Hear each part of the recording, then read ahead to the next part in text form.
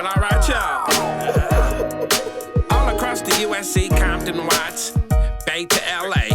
Pomona, California, from valley to valley, we represent that killer Cali.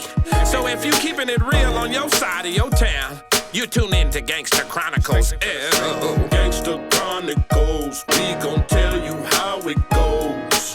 If I lie, my nose will grow like Pinocchio. We gon' tell you the truth and nothing but the truth. Gangsta Chronicles, this is not your average show. You're now tuned into the real MC8, Big James, and Big Steel. This is strictly from the streets. Hello.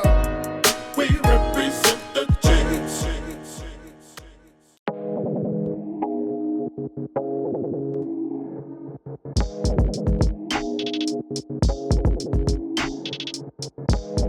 So going to jail and getting 6 years, they took you away from your 5 girls? Yes. I mean, did that make you did that piss you the fuck off? Did that have you like me against the world now? Oh man. So I was angry my first 3 years in prison. When I first got there, I went to the hole maybe about a week or two later. Fuck program. Cause I was CO came at me and I just wasn't trying to hear it. Inmate. Man, that just set me off. That he want to call me an inmate. I'm not your inmate, man. I got a name. You got a name, I'm gonna call you by your name. I got a name. You call me by my name. I ain't your inmate. You know what I'm saying? So here we going back. Well, I was like, well, I mean, what you saying?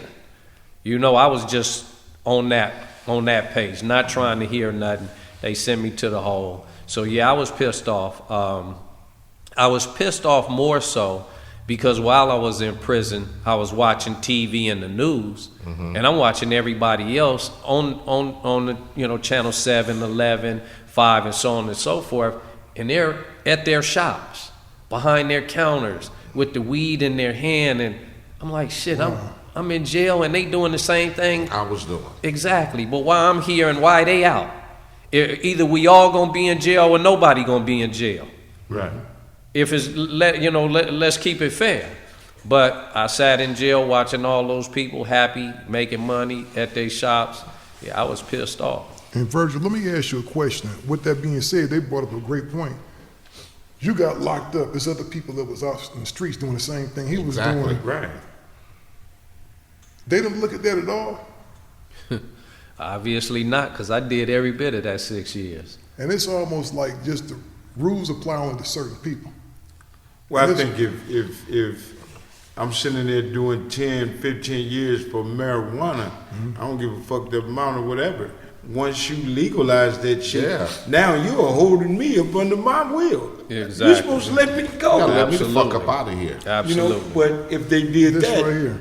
that's basically saying they wrong. You can come at them, you can sue them, and here you are. But they don't want to do that. But what you call that? That they make you sign the paper, they let you out, so you don't come back and sue them. Exactly. Yeah, they actually sign your rights away. They sign any of your appeal rights or anything. You sign that away, so you They cannot. didn't even give you that action. Nah, it was just basically a done deal. When the judge made it very clear to me that I was not going home, and that he was gonna give me them 72 months.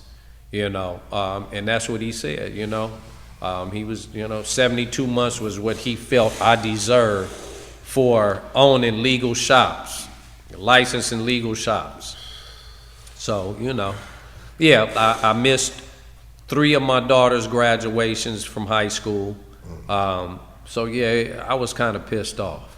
Yeah. Which you would have the right to be. I think anybody would be in that situation, especially when you following the rules and shit. I mean, you give me 6 years and you telling me you ain't gonna let me go, but then you tell me I don't give a fuck if you do got your license and shit. I'm gonna still give you 6 years because you're a black man and you got these stuff.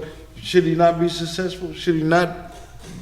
If I was in there illegal, like they got this one on Atlantic and Alondra in Atlantic, the trap shop. Oh, that motherfucker, man! I watched them bang the door down, put everybody out, take them to jail.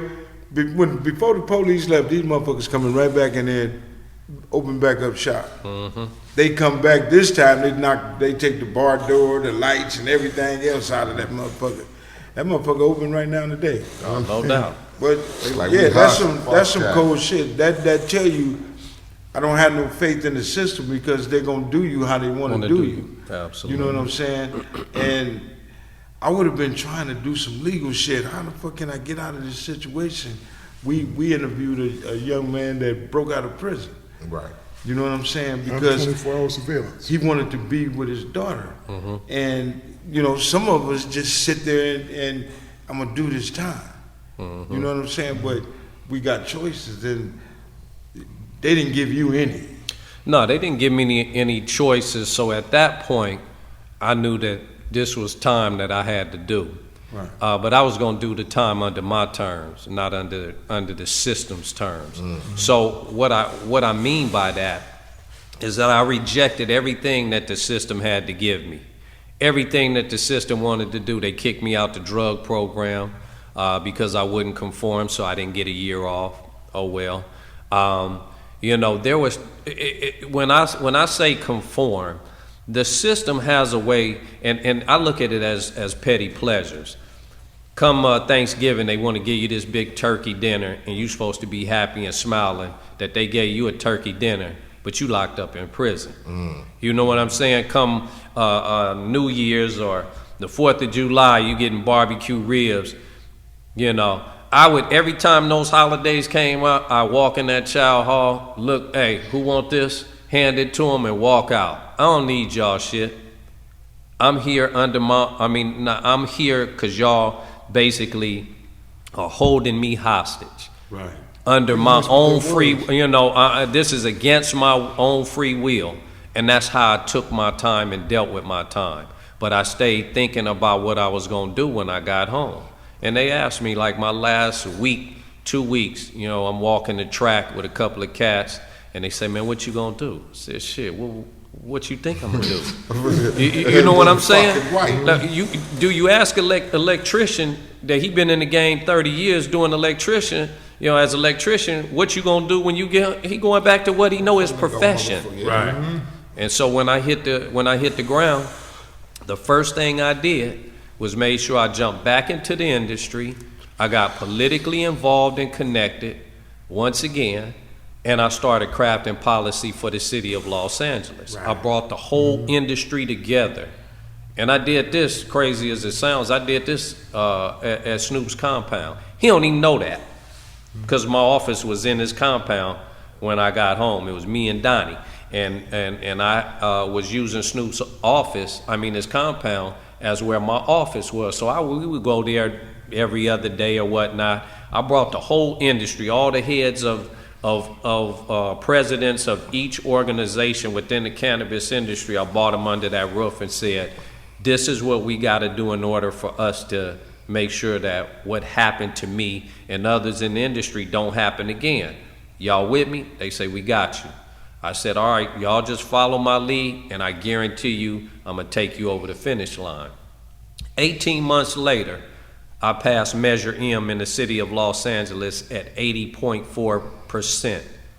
80.4%. That's unheard of. Now, what the kicker is, it was done on an off election. That ain't never been done in the history of America. So, me, a black man who brought all of these white organizations together to make this push for the city of Los Angeles, but I'm always keeping in the back of my mind, the reason I'm in the front of this line is because I'm representing for us. Right. You see what I'm saying? So my whole goal is to get everybody to support me so I can open up some doors for us. Right. So I created the program called Social Equity. Social Equity is a program that makes sure that people of color can participate in the cannabis industry regardless of your cannabis felony or misdemeanor, right? So I'm thinking of the real player. Right. Like I'm thinking of the cats that's out there, city we grew up in, damn near half everybody up in there got a felony or a misdemeanor. Exactly. So if I allow that to happen, that's knocking my whole city out the box. Right. Can't have that. So how do I strategically put myself in position, align everybody to make sure that I take care of my people at the end of the day. And by the grace of God, I did it. And that's why social equity exists in the city of LA. Wow. Exactly. You have to be able to, switch the game on them. You know what I'm saying? And change and turn that, that pissed off mentality in something that's just gonna slap the motherfucker right back in the face with that reality. Exactly. You know what I'm saying? And not to cut you off, Abe, but that story is just crazy. Yeah. For you to go through all that, please tell me at the end of the day, somebody from some higher court came and said that they had to take care of you and compensate you. No, absolutely not. Absolutely not. Nobody. Not even an apology. No. I still have it on my record, except for my state charges. I went and had those expunged. Because, of course, when I did my time, I went to fire camp. And if you do any selfless act for the state,